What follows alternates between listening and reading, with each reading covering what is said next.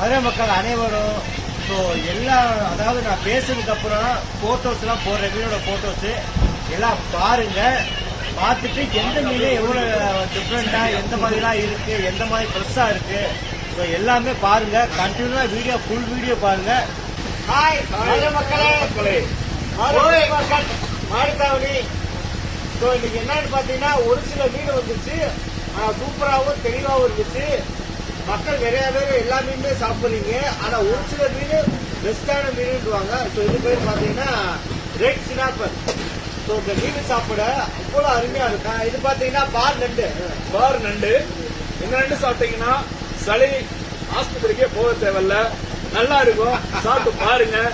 சாப்பிட்டு பார்த்துட்டு டேஸ்ட் எப்படி நீங்களே பாருங்க.